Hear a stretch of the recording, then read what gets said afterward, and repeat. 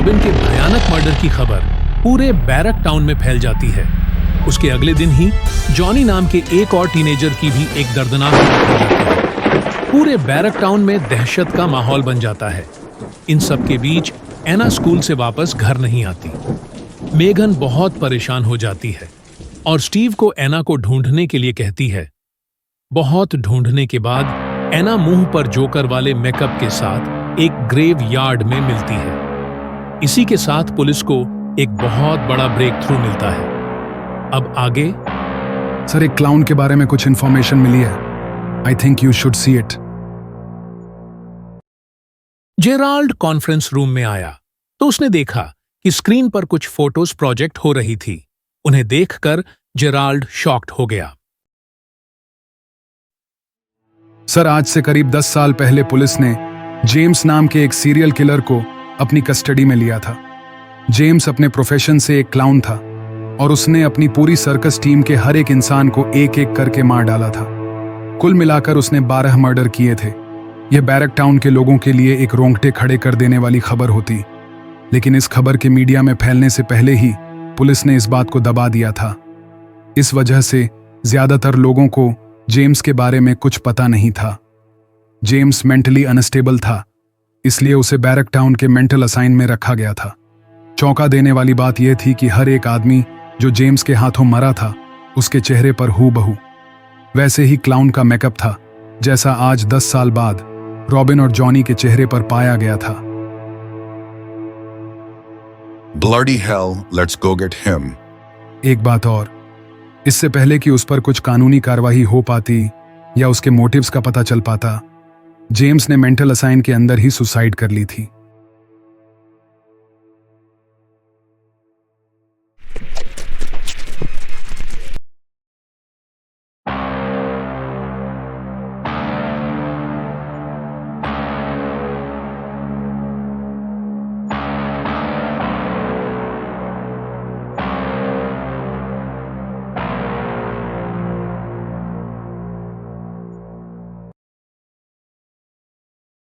उस रात जब ऑफिसर जेरार्ड को जेम्स के बारे में पता चला तो उसके दिमाग में बस एक सवाल था कि जेम्स मर चुका था।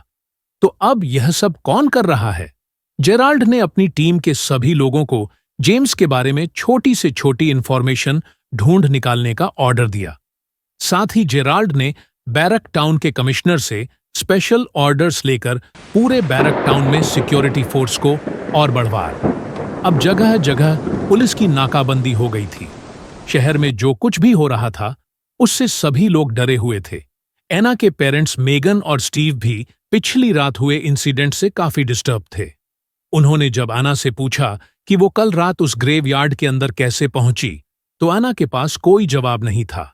एना की बिगड़ती मेंटल हालत देख एना की मॉम मेगन ने उसे एक थेरेपिस्ट के पास ले जाने का फैसला किया। डॉक्टर रीटा बैरक टाउन की एक रिनाउंड चाइल्ड थेरेपिस्ट थी। वैसे तो वह उस दिन छुट्टी पर थी, पर एना के पेरेंट्स की स्पेशल रिक्वेस्ट पर उन्होंने ना को अपने होम क्लिनिक पर ही बुला लिया था।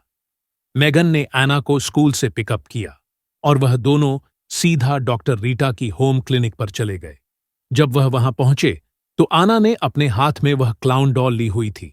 मेगन ने आना को वह क्लाउन डॉल अंदर ले जाने से मना कर दिया और उस डॉल को वापस गाड़ी में रखकर वह दोनों अंदर चले गए। मेगन आना को डॉक्टर के रूम में छोड़कर बाहर आकर वेटिंग एरिया में बैठ गई।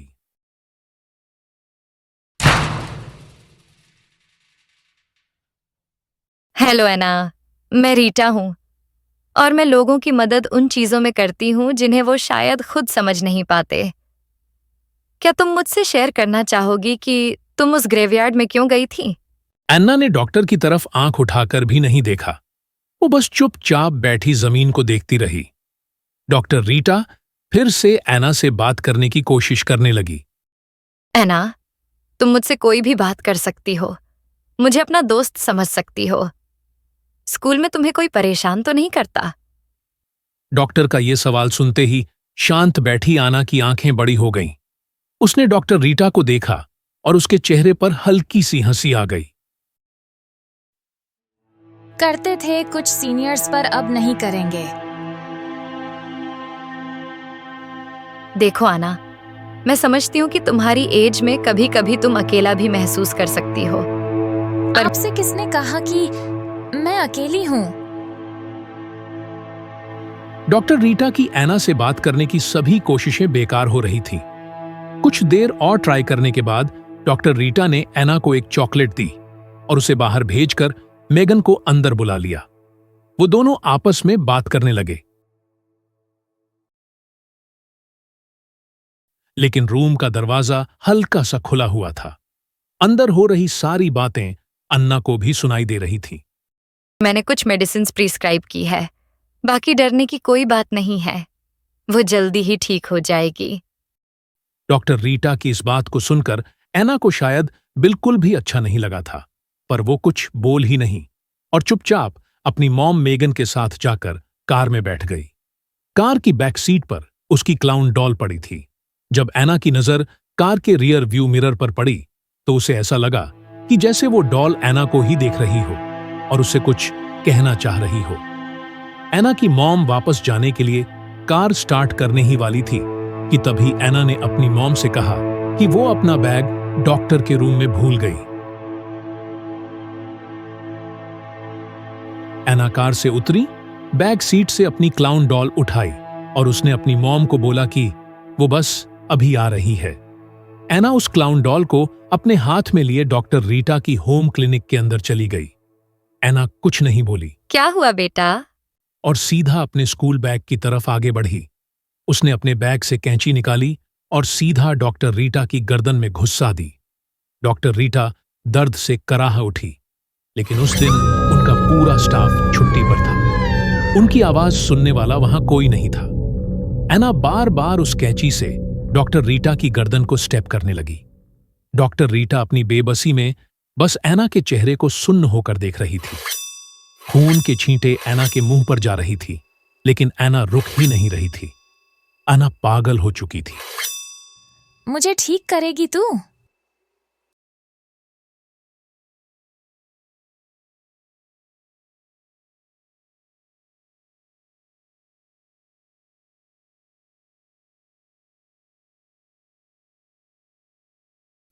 कुछ ही देर बाद एना अपना बैग अपने पीछे लटकाए और वो क्लाउन डॉल हाथों में पकड़े क्लिनिक के बाहर आई और सीधा आकर गाड़ी में बैठ गई।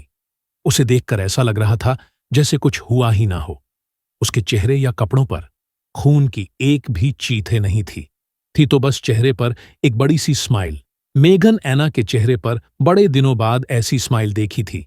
तब मेगन को लगा कि एना को थेरेपिस्ट के पास लाना शायद एक सही डिसीजन था, लेकिन वो नहीं जानती थी कि एना के हाथों अभी क्या घटा था।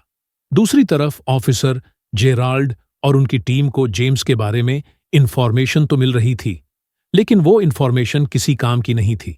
उससे कोई भी ऐसा क्लू नहीं मिल रहा था जिससे केस में आगे बढ़ा जा सके। इतना ही नहीं, वो गुब्बारे जो एकमात्र सबूत थे, वो भी बैरिक टाउन के आसपास की किसी भी शॉप पर अवेलेबल नहीं थे। कोई उस तरह के गुब्बारे बेचता ही नहीं था। पुलिस के पास कोई क्लू नहीं था और शहर में एक और मर्डर हो चुका था, लेकिन इस बार किसी टीनेजर का नहीं, बल्कि शहर की एक रिनाउंड थेरेपिस्ट डॉक्टर रीटा का। अगली सुबह जब डॉक्टर रीटा की केस फाइल ऑफिसर जेरल्ड के पास आई तो जेरल्ड ने देखा कि डॉक्टर रीटा के चेहरे पर भी सेम वैसा ही क्लाउन मेकअप है। जेरल्ड को कुछ समझ नहीं आ रहा था कि तभी जेरल्ड का ध्यान डॉक्टर रीटा की केस फाइल में लिखे एक नाम पर गया, जिसे देखकर वह चौंक उठा। रिपोर्ट के अंदर डॉक्टर रीटा की लास्ट कंसल्टेशन का बिल था, जिस पर लिखा था मेगन स्टैनली, एना की मॉम का नाम।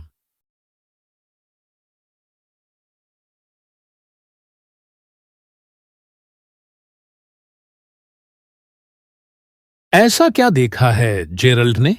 डॉक्टर रीटा के केस फाइल में एना की मॉम मेगन का इन सब से क्या लेना देना? और आज जो है एना ने डॉक्टर रीटा के साथ किया, वो क्या था? क्या एना पोजेस्ड है?